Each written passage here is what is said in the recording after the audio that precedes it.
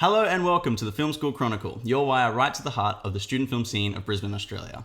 I'm your host, Bryce Quinn, joined by Carmelo Keating, my co-host. How you doing, Carmelo? I'm pretty good, Bryce. How are you? I'm good. This is take two. I'll own it. Yep. Because today we are joined by Brigitte, Freeme, and Lizzie, Mahoney, and I wanted to get your names right because this is important to me. How are you guys doing today? Good. Yeah, good. Thanks. Excellent. Today we're going to be talking about your project, I Am Woman, Hear Me. And just starting right away, what's the project about? What is it? Tell us about it. So, I Am Woman, Hear Me is a 9-handed play that comprises the stories of 9 different women, each one a walking contradiction. It's set in and around a courthouse. And what we wanted to do with it was bring a 3-dimensional woman to the stage of Brisbane because TV, film, and the stages have been quite deprived of it for a long time. So, yeah. Yeah, amazing. And that sounds like an amazing project. I checked out your Instagram and just the photos that I saw there was so excellently put together and just so nice to look at. And I was like, wow, what is this project? And I had a look and I saw that it was tagged as Anywhere Fest, was it? Yes. So tell us about Anywhere Fest and how your show fits into that. Lizzie? So Anywhere Theatre Festival is just a festival in Brisbane with the idea of sort of putting on theatre anywhere. So anything that sort of works for the setting of a certain art piece or a play or things like that. So like Brigitte said, ours is set, I Am Woman is set in and around a courthouse, and so it's actually being put on at UQ in their Senate room. It's really cool. It's sort of just taking theatre and putting it somewhere that works really well for the context of the show. It's a lot of fun. It's sort of just theatre popping up everywhere all around Brisbane, and it's a really cool experience. Yeah. Very cool. Bryce, we jumped right into the project without actually giving our guests a chance to introduce themselves. So do you want to tell the audience a bit about yourselves? Me, Brigitte, I study acting, a Bachelor of Acting at Queensland Conservatorium, and I enjoy reading. I am an acting teacher as well. I used to be a dance teacher, but I'm an acting teacher. And I've only recently started writing and directing with this project, but I'm really enjoying it, and I'm hoping to continue it as I go along. And Lizzie? Yeah, I'm the same. So I study acting with Brigitte at the Conservatorium. We're in our 3rd year. I'm helping to direct, I guess, sort of little bits here and there, just giving my feedback and it's really fun. Yeah. So this is your writing and directing debut. And how much of this has been facilitated by the Conservatorium and how much is just this you in your free time? Well, the way this started off was we received an email about this new festival called Wynnum Fringe Festival, and I looked at it and I went, I suppose I'll submit something. And I had this idea, and it originally started off with just 6 of us, and so I submitted it, and they told us that yes, you can come and perform at Wynnum Fringe Festival. So that was like a mad rush to actually write it and do all the things. And so then after that, we received an email about Anywhere Theatre Festival, and now it's just grown and grown and grown, and we wanted to add, there's 9 girls in our entire cohort, so all 9 of us are in it. But yeah, in terms of uni, we've had a lot of help from our lecturers. Jackie Somerville and Claire Christian are like saints. They're amazing. Claire is sort of like an inspiration to all of us for writing, so yeah. Amazing. And what are you trying to accomplish with the show? What do you want to do? Well, that's the big question, isn't it? It's, I don't know, it's sort of like I'm not really looking into the future with it. I'm sort of just like, now is really good. And, maybe it'll be something bigger in the future. But I mainly just want to contribute my voice. Well, all of our voices, we've all had a really big input into the process. We all want to put our voices into this movement and make a comment on how we feel about it. So yeah, who knows what'll happen with it in the future. Yeah. From our perspective, it's sort of a chance, like being 3rd year acting students, it's such a good experience for us to be able to put on a show like this, and sort of even just from the ground up, like organizing things and all that sort of stuff, having to take care of ourselves and figure out what we're doing and what we're trying to say, and yeah, it's a great experience. It's the dream. Yeah. So you said that I Am Woman is being performed in a courthouse, Senate room. Senate room at UQ. So it's a live performance. Like people are still able to come watch it without being familiar with the facilities. What is it like? Is there a large space for the audience as well as where you're performing? Yeah. It's sort of so it's not a typical like theatre space at all. It's, I guess you would call it in the round is what we call it. So an audience is sitting completely sort of around the perimeter of the space. It's pretty much just a huge room with a lectern and a projector at one end, and sort of banks of seating on either side, I would say 2 rows, and then a massive table in the middle. And it's quite cool because there's just on both walls, there's just paintings of old white men from like laws past. Yeah. So it's quite cool to be in that room sort of saying what the show is saying and representing women, it's when there's like just a whole lot of old white men sort like of a clinical patriarchal it seems like rebelling. It seems like the right space. So it was really cool for us to sort of see it and say, yeah, this is what we're doing. That's a really cool just visual dynamic. Yeah. I am excited to see that actually, because I've seen a couple of clips from the Instagram of that round table setup. I don't know if Carmelo, if you've seen that, but watching like the videos you guys have taken of walking around just this round table setup, all the scripts are on the table and everything. What's kind of like the vibe on that set of you guys preparing all that? Oh my gosh. There gets to a point where we come to crackhead hours. There is a good balance between work and play with us because we're very, very close, all of us. We spend all week together. So I don't know, everyone's very intelligent. All of these girls are so great and smart and switched on. But we have a good dynamic where we can joke around and then we can get straight back to it. So it's just fun. Like, I don't ever feel overwhelmed by this process. Sorry, I'm going to revert back to the set question. So your performance is basically going to have to be like 360 degrees rather than, typical drama where you've got your fourth wall and you're performing to the audience.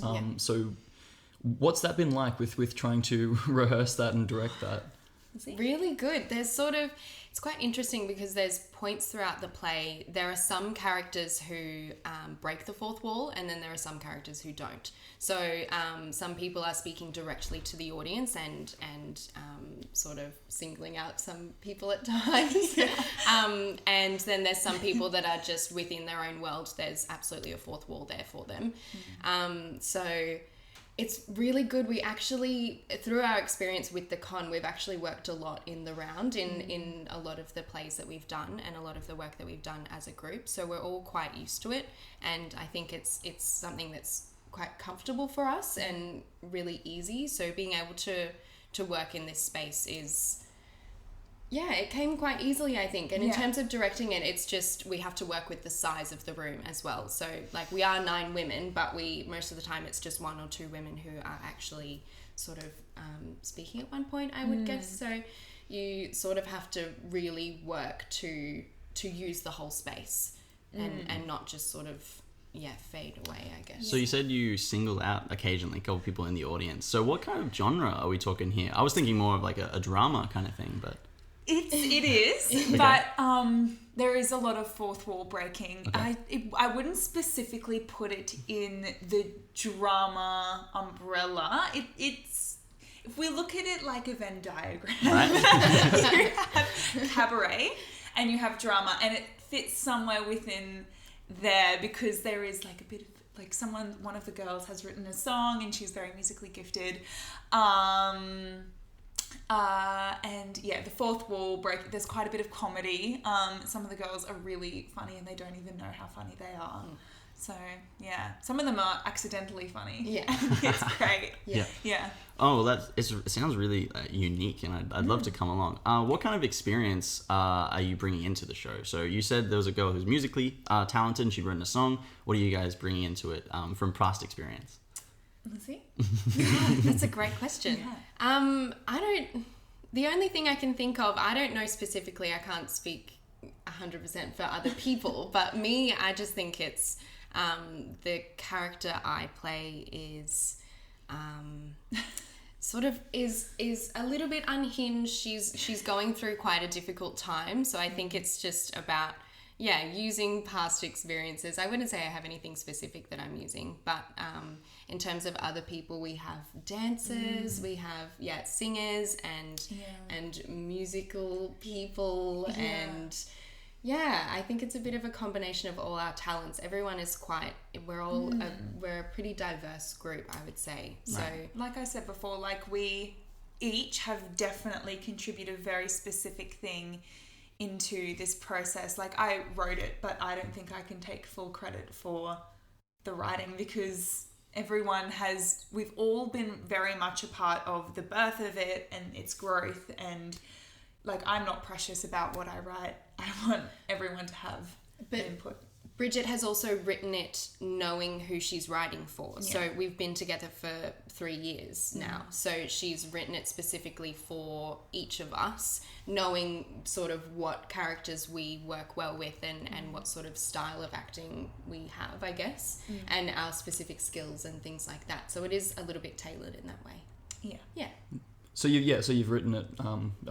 Obviously, Brigitte, you've written it, but you've helped develop the characters as a team, but you are directing it as well. Yes. As well as directing yourself.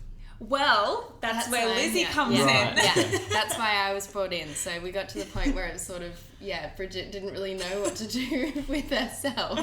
And so I was just there when it was first going through Win and Fringe just to facilitate Bridgette's part in it, so her monologue and her character, and then it just went from there really. So I sort of help little bits here and there, but I work a lot with Brigitte specifically to give her feedback on her particular character. And you said, so you've known each other for 3 years and you've been working on things. I'm assuming that's your time at the conservatorium? Yes. And is this your last year at the conservatorium? It is, and we don't like to think Yeah. about Okay. it. You don't talk about it. Damn, I think my next question was going to be, what is your plans for afterwards? Where are you going to take? Because Oh gosh. Who knows? I think we're taught our entire time throughout the con to not think about it, to just be like, no, whatever happens will happen. But we're kind of getting to that point where we're planning showcase material and show reel material.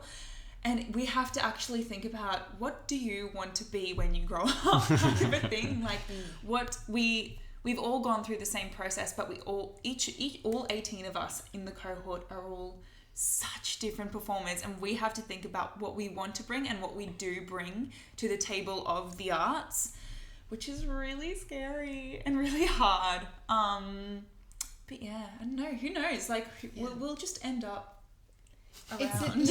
It's exciting because I think, especially in this sort of the start of first half of this year that we've been doing, I think our eyes have been opened to all of the different possibilities that there are out there for us. We're doing show reels, we're doing voiceover stuff, we're doing voice work, so we've done motion capture things.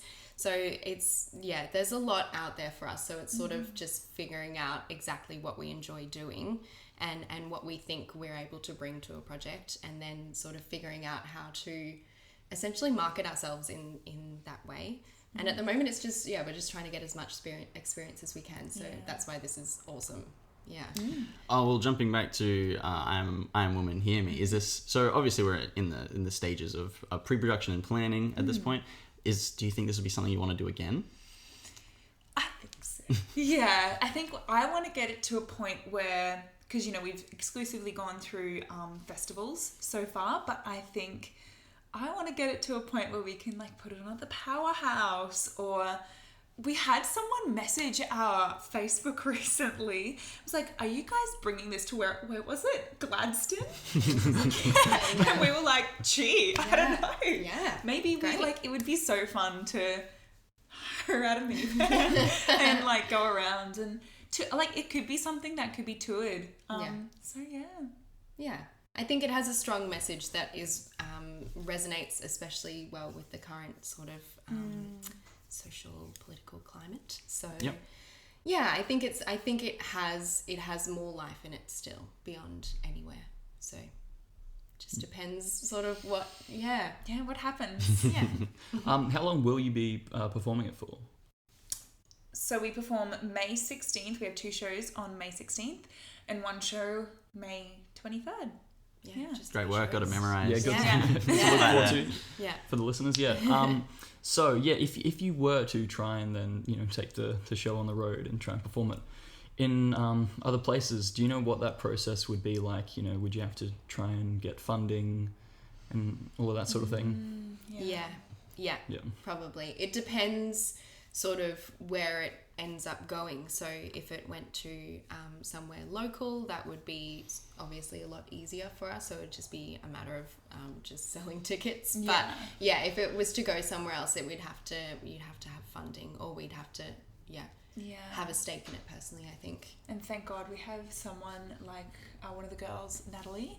She's a really intelligent businesswoman. So thank God we have her she can write a really compelling email. It's an undervalued skill, the art of the really email. Is. No, well, that's incredibly exciting. And if we could just go through once again the dates of the show. Yes, so it's May 16th, 2:30 and 7:30, and May 23rd at 2:30. And you can get the tickets from I Am Woman Show on Instagram and Facebook. The link is in the bio, all of that stuff. Excellent plug. Very well done. You can see you've got some practice. And actually, just for the sake of promotion for the listeners and the viewers and stuff, did you want to plug the names of everyone involved in the project, just so everyone can check out their Instagrams and stuff like that? Yeah, of course. So we've got, if I forget anyone. So we've got Brigitte Freeme, Lizzie Mahoney, Natalie Ferris, Charlotte Hollett, Elizabeth Clark, or Liz Clark, whichever she goes by, Rachel Thomas, Emily Crow, Caitlin Evans, and Alexia Swain. Right, let's do a little stage clap. Very well done. Very well done. Okay, thank you so much. I think that'll bring us to the end of the show today, but I wanted to take a little bit of time to just talk to the audience because we have a camera today. I don't know, maybe you've noticed. We're talking to cameras today, and I hope you've enjoyed it. I hope this has maybe brought you into the experience a little bit more. Let us know what you think of the set. We're trying to plan to have a banner on for next week. We couldn't wrangle it for this weekend, unfortunately. I'm so sorry about that. But if we ever have you on again to talk about maybe after the show of I Am Woman, we can have another one with the banner. We'll see how we go. But please tell us what you thought, and if you want us to keep doing this, and maybe move to a different set that maybe has more on the walls. I don't know if you can see the walls, but we'll see how we go. Anyways, get back to us about it. We'd love to hear your feedback. So thank you very much, and thank you, Brigitte and Lizzie, for joining us today. Thank you. Thank you, Carmelo, for being my host. Thank you, Bryce. And thank you, audience, for listening. We'll see you next time. This has been the Film School Chronicle.